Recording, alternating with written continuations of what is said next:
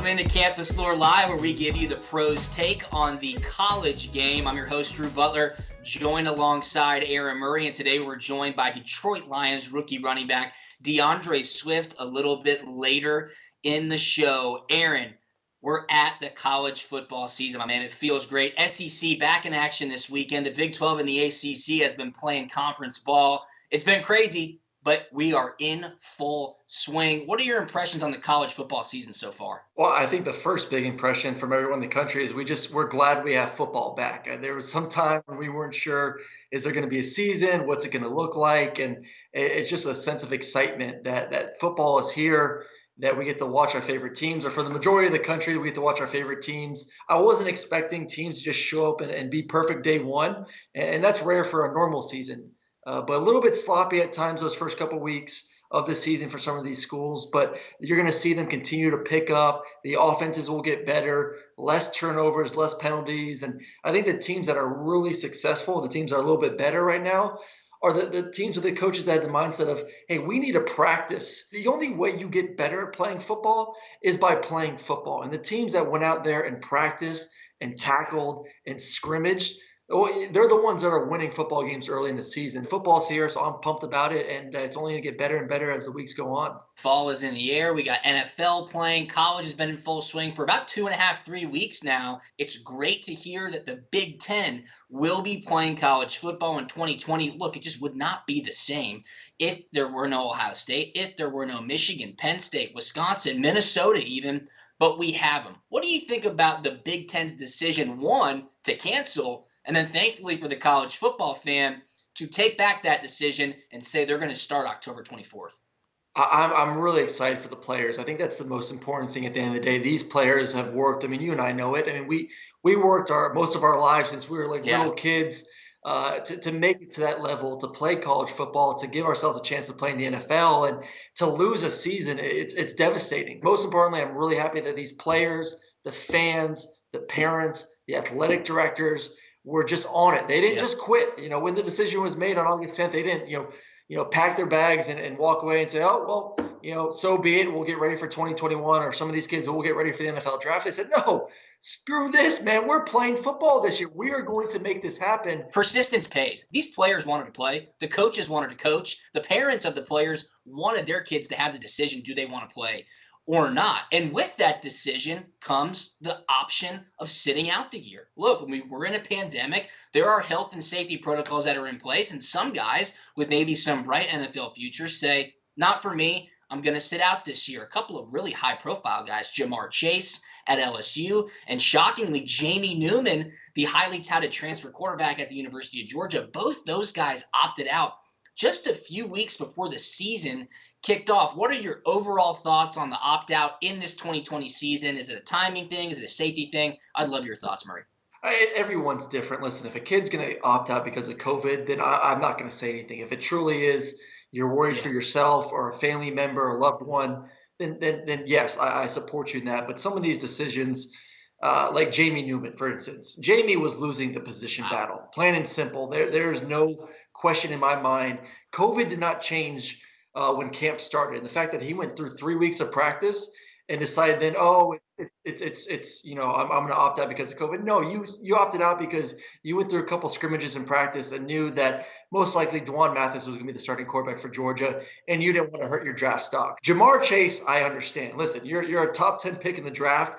You don't have Joe Burrow. You lost your offensive coordinator who really brought a lot of juice and energy to that offense. You lost a lot at LSU. I mean, this team is going to take a major dive off the diving board after winning the national championship last year. He's like, why am I going to come back to be an average team in the SEC West? I won the Natty last year. We went 15-0. It was magical. I had a tremendous year. I'm a first-round pick. I'm not screwing that up. I'm out. So for his situation, I understand too. If you're a first-round pick and you're worried about getting hurt, yes, fine. Opt out, get ready for the draft. But some of these guys like Jamie Newman, who I still think's a maybe 4th or 5th round draft pick, he needed this year to prove that he could play in a pro-style offense. So I think he's going to be missing out. It goes back to my original point about teams and practice. You only get better at football by playing football. Drew, I got one question for you, though, about the beginning of the season and just how teams are looking. What is up with the special teams, man? These kickers, these punters, what is going on?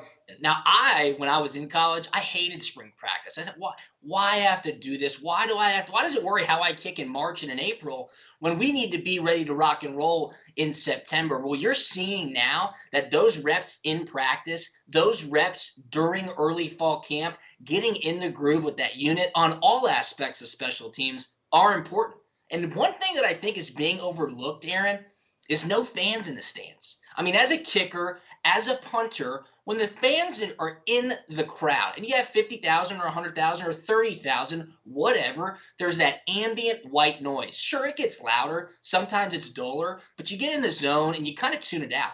Now, with nobody in the stands, if that kicker is lining up for a game winner, he's going to be able to hear a lot more than he had not heard in previous years. Yeah, you're not going to see me as a quarterback making excuses. Oh, I threw an interception because it wasn't loud enough in the stadium. Like I wasn't in Well, the it's an zone. advantage to a No, quarterback because y'all don't have to do throw the ball. silent count on the road. That's a humongous advantage for a quarterback, is it not? No. Okay, let's talk about what we've seen on the field, though, real quick. The ACC has been playing conference games. Notre Dame, a big addition. Everybody's saying, will they give Clemson a scare?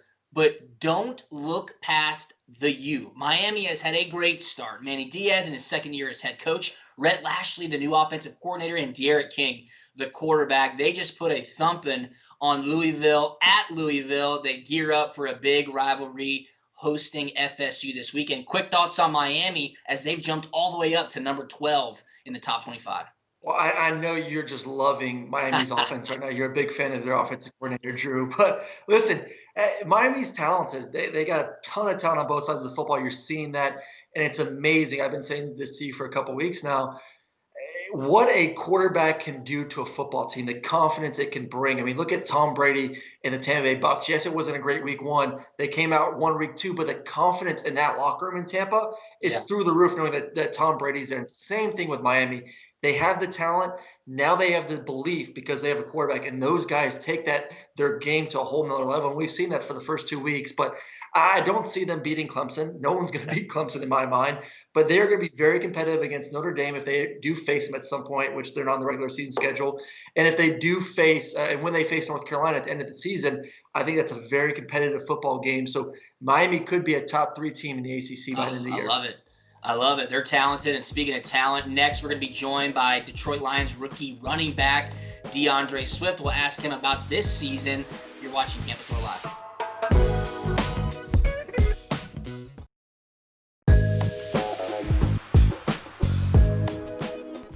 Welcome back into CampusLore Live. It's time to welcome in our first guest, and it is the second-round pick of the Detroit Lions in the 2020 NFL Draft. He was the 35th overall selection out of the University of Georgia, none other than DeAndre Swift. DeAndre, thanks so much for joining us, my man. How are you? Thank you for having me. I'm good. How y'all doing today? Hey, we're all good. Football is back. College football season's been in swing for about 2 weeks now. We get the SEC back this weekend. It's starting to feel normal. Of course, yourself in the NFL, your rookie season, you got 2 games under the belt. Just with everything going on, how has it been different, especially being in the NFL, going through training camp? Speak about your experience, and then tell me what you think this first week is going to be like for the SEC schools as they kick off. It's been a lot different, but I can say Georgia's made my transition a lot easier within the terminology, the verbiage that was used at Georgia, and I see it kind of trickle over to the NFL. But you definitely got to come to work every day, definitely a business at this level, so you got to carry it that way every day. I mean, your job is on the line every day, so every rep counts in practice, which the same was at Georgia, but it's to a different level. Talk about the importance of leadership. I mean, you have a great leader, a former dog and Matthew Stafford there, about the importance of leadership. You talk about bringing your own energy, but those leaders really getting you juice before these games with limited fans or no fans at all in the stands. That's real big, especially, Matt went going to Georgia, so we kind of had that connection already. But just keeping the team going, keeping the energy high. You get a pin drop in the stands, so it's got to come from within the team. That running back room at Georgia was quite legendary. A lot of them are in the NFL right now. Sony Michel with the New England Patriots, Nick Chubb with the Cleveland Browns, yourself now being with the Detroit Lions. How does something like that prepare you to focus on your daily tasks? Like you just mentioned, every single day you show up to work and you know that you have to prove it. I'm guessing that room at Georgia really helped you in that regard. Most definitely. As a young guy going into Georgia, not knowing what to expect, I just found myself looking at those older guys, seeing how they went about their daily day, the treatments, the film study. I was new. I didn't really know anything about that. Never really got ice and stem, never really ice tubs, nothing like that. So just showing how they was pros before the pros, and that kind of helped me how I carry myself now. Going up to Georgia was eye-opening to me, just how important football was to these fans. I mean, they love it. They eat and breathe it in the state of Georgia. How was that transition? Northeast, a little bit more basketball focused, coming down south, and just seeing the craziness, the love for football. And is that part of your decision of why you wanted to come down and play for the Dogs? On my visits down there, even just walking through the downtown Athens area, you could tell it was a college town. Everybody in Athens loves Georgia football. So it was like, why not go to Georgia? Coaches was great, real. It was a home away from home. When I got there, wasn't in a rush to go back to Philly or anything like that. So I was real comfortable in Athens. DeAndre, obviously it's going to be a lot different this year with little to no fans in each stadium. But going back to your playing days at Georgia, where would you say is the hardest place to play? Easily, freshman year at Auburn. That place was real loud. I remember they had they D-line, they front five was amazing on the defensive side of the ball. They had Jeff Holland, all the guys now that you see in the league doing well. So just seeing that kind of atmosphere, that's why you go to Georgia. For me, I love that Georgia-Florida game. Your first experience of that, of seeing that stadium divided, and just how much that rivalry means to both teams. When you're on the bus, I mean, you got your music playing, you driving over the bridge, and you can see all the fans outside, tailgating, just ready. So you get off that bus, go in the locker room, you got to have that mindset. It's different, especially being from Philly, like you said, it's known for like basketball and stuff like that. I never really witnessed anything like that. A stadium divided in half with Georgia and Florida fans. It's amazing. It's amazing. Nothing like it. Was there any other conference you even thought about attending, or was it SEC with your mind on the NFL? That was my mind first and foremost was SEC. I know that was the highest level, and wanted to prepare myself for the next level. But if it wasn't Georgia, it was probably going to be Clemson in the ACC. Not a bad place to go as a second choice right there. No, not right now. Yeah, pretty good spot. The schedule this year is going to be a little bit different. I mean, it's all SEC games, and I remember you look at those schedules, and you see some of those lighter opponents, we'll call them. Would you have liked this all SEC 10-game schedule to play in? Me personally, yeah, I would love that. I'm a competitor, so you got to bring. There's really no let off in the SEC at all, no matter what team you play. Coaches do a great job of recruiting all over the place. So some people might think they're a lower team than the SEC. Every week that I play the SEC team, you got to approach like it's Alabama, like you playing them top teams, because there's really no let off. And you definitely going to feel it on Monday when you wake up playing the SEC team. So you just got to have that energy all week, have a great week of practice and preparation. See, that's typical quarterback, running back talk. Y'all think about, I can get out at halftime, rack up some points. I mean, us punters and kickers, it's a 60-minute game, all right? I mean, we're in that thing the entire time, got to stay locked in mentally. So I understand where you're coming from. When we're playing those light teams, you're just sitting your butt on the sideline watching the entire time because we ain't putting the ball. So you got the entire day off. You ain't working at all. That's about right. That's good for everybody. But speaking of Georgia's schedule specifically, starting next week, they go Auburn, Tennessee, Alabama, Kentucky, and Florida in a row. They get one bye week before that Florida game, but that's 5 preseason top 25 teams in a row. Coach Smart's going to have his hands full. You got to get the team juiced up. You got to bring it each and every week. Which of those games do you think poses the biggest issue for Georgia? I think we all probably have one circled, but I'd love your thoughts, DeAndre. None of them do. I think Coach Smart's going to do a great job preparing the team every week. You can't put one game over the other. So the first game is going to be most important, most definitely. I think Georgia has a great team this year, very talented, great leaders on the team as well. Like I said, the brotherhood is second to none. So I know them guys, they're ready. They're definitely ready. I've never done it. Drew's never done it. I don't think any of us could ever do it. Meeting a linebacker in the hole. We'll go 4th and 5. You need to get it. They're coming. They're bringing the pressure all out. You know that linebacker, 225, 230 is coming up in the A-gap, and you got to fill it. Talk about that. What are you doing? You're cutting his knees out. You're bowing him in the chest. And then how is that now different playing in the NFL compared to those SEC linebackers? You can't cut an elite up here unless it's quick game. So you kind of got to buckle your chin strap, bite your mouthpiece, and just had a different mentality. Tell me who Georgia's starting quarterback is going to be, and then give me one new SEC team you bring into the conference. I know Coach Smart is going to make the best decision for the team, but me personally, I would like to see Dwayne Mathis out there. I think he brings a different type of style of play. Been reading up on him. Heard he was doing great in camp. Ready, real mature. Want to see him out there. Definitely want to see him out there. If I had to take one team out and place him with another team, I would take out Vanderbilt, and I want to see Clemson in the SEC. I like that. Yeah. I like that a lot. DeAndre, give us a quick score prediction for Georgia versus Arkansas this weekend, and we'll let you get out of here. Dogs taking on their former offensive line coach, Sam Pittman. Good luck to Coach Pittman. Great guy. I like Georgia a lot to a little. Let me say, I think they're going to do about 34 to 7. I like Georgia's defense. It's nice of you to give them a little bit of points. That's nice of you. Awesome, DeAndre. Well, hey, we're all glad SEC football's back. Congratulations to you on a great start to your rookie season in Detroit, and we'll be sure to continue following along all season. Come on right back. We got our picks of the week right here on CampusLore Live.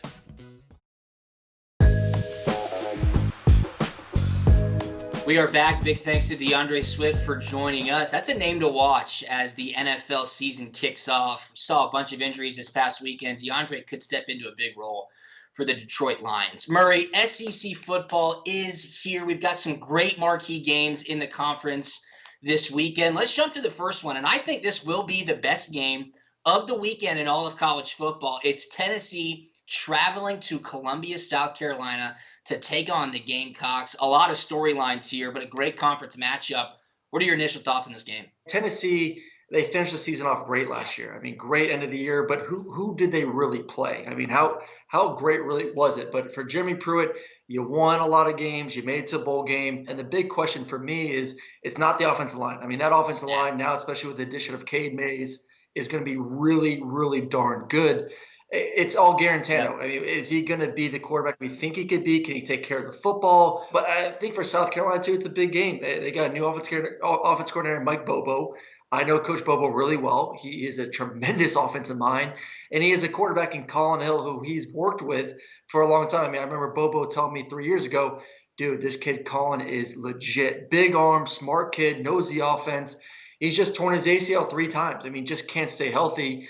If he can stay healthy along with Coach Bobo and what he can bring to that football team, yes, this could be a good football game, a really good football game. I think Tennessee's a little bit more talented. I think Tennessee's offensive line can dominate the line of scrimmage. So I like Tennessee in this football game.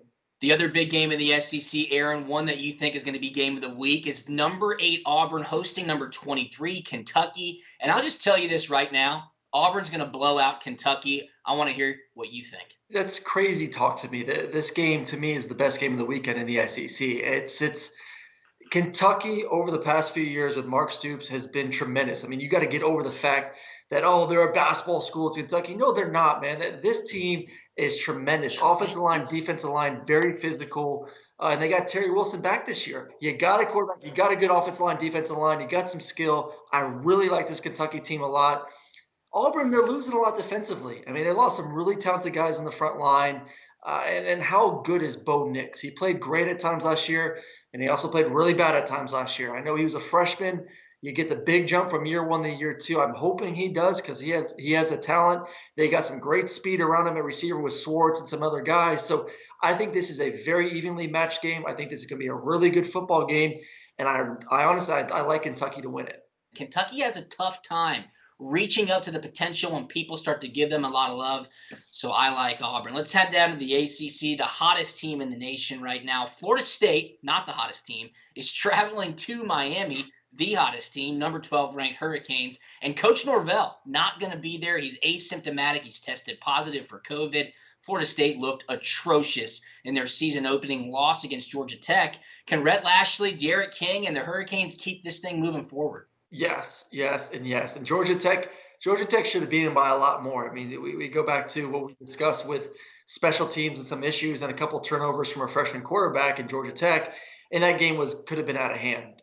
Florida State looks terrible. Blackman does not look like he's progressed at all at quarterback. The team does not look excited at all to be out there. And Miami has some energy. They got that sweet new turnover chain. I mean, they got everything going right now.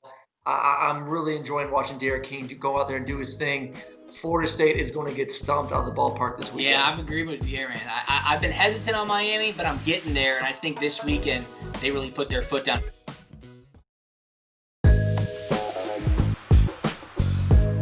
All right, let's go quick picks. Georgia travels to Arkansas. What happens? Sorry, Sam Pittman. First game, got to face your old team in Georgia.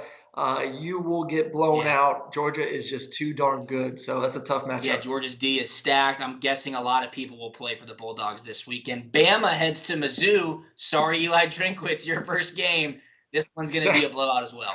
Some of these new coaches in the SEC are going to get a rude awakening, and this is going to be one of the bigger defeats of the weekend. Alabama is going to just they're going to show up early. This team is one of the most complete teams in the country, offense and defense. And, they're going to blow Missouri out of the water in the first quarter. I could see this thing being 21-0 in the first quarter and just continuing to pile on throughout the game. No doubt. Vanderbilt heads to Texas A&M. A lot of high hopes for Jimbo Fisher, Kellen Mond, and the Aggies in College Station. Yeah, and they need it. I mean, this is Kellen Mond's third year under Jimbo. This is Jimbo's third year, that massive contract. So it's time to show up. I mean, last year they had the excuse of toughest schedule in the country. They got a bunch of young kids, only 6 seniors, but still got a lot of talent back. Third year, it's time for these guys to show that they belong in the SEC and start really winning some ball games. I like A&M in this one, though. No question about it. In the SEC West, the conference divisional battle, Mississippi State is going to take on the national champion LSU Tigers. I'm just telling you right now, Murray, this game will be a little bit closer than what some experts may think. KJ Costello and those Mississippi State Bulldogs could hang around late. Everything in my body right now, and I keep telling myself there's no way this can happen, but I really do think Mississippi State's going to win this football game. The line is crazy. Wow. There's just a lot of unknowns for both teams. I mean, LSU, what are they going to look like? You're replacing so much on both sides at the coaching staff. I just don't know. How good is Brennan going to be at quarterback? I love Coach Leach. I think KJ Costello is a really good quarterback who's played a lot, very cerebral guy. He's going to be able to pick up the offense. You got one of the best running backs in the SEC in Hill, someone you can match up with linebackers and just have a lot of fun with. So I'm so torn on this one. I'm going to go on a limb on this one. I think Mississippi State pulls the giant upset this weekend and takes down the defending champs LSU. Wow, save the receipts on this one. That would be a fantastic call. Last game that we're going to pick this week, Florida travels to Oxford, taking on Lane Kiffin, leading Ole Miss. Obviously, Kiffin has experience against Florida, formerly being the head coach at Tennessee. Florida has such high hopes this season. People really think they could take the SEC East. Watch out for Lane Kiffin and John Rice Plumlee. Who knows what they could dial up on offense? Yeah, and John Rice Plumlee is a quarterback that week one, if you weren't as physical as you need to be in practice, he could make you look silly running the football. But I'm a big fan of Kyle Trask. I'm a big fan of Dan Mullen. I think this team is really good on both sides of the football. Tons of talent that surround Kyle. I mean, Kyle, to me, heading into the season, is the number one quarterback in the SEC. There may be some guys that are more talented than him, but he just runs the offense so effectively. He's had now the ability to be the starter in camp, get all the reps as the number one guy. So I look for him to take a huge leap this year. And I agree. I think that game in Jacksonville is going to be really exciting, really darn good. I see them and Georgia as equals right now. So I like Florida in this one. There's definitely be a couple wrinkles from Ole Miss, but Florida's going to take it. Yeah, I agree. Florida should get the dub here and start this promising 2020 campaign. Murray, it feels so good to be back in the fold. Talking college football, SEC is getting into action this weekend. This has been a blast. We will tune in and see you next week right here on CampusLore Live. For Aaron Murray, I'm Drew Butler. Everybody enjoy your week.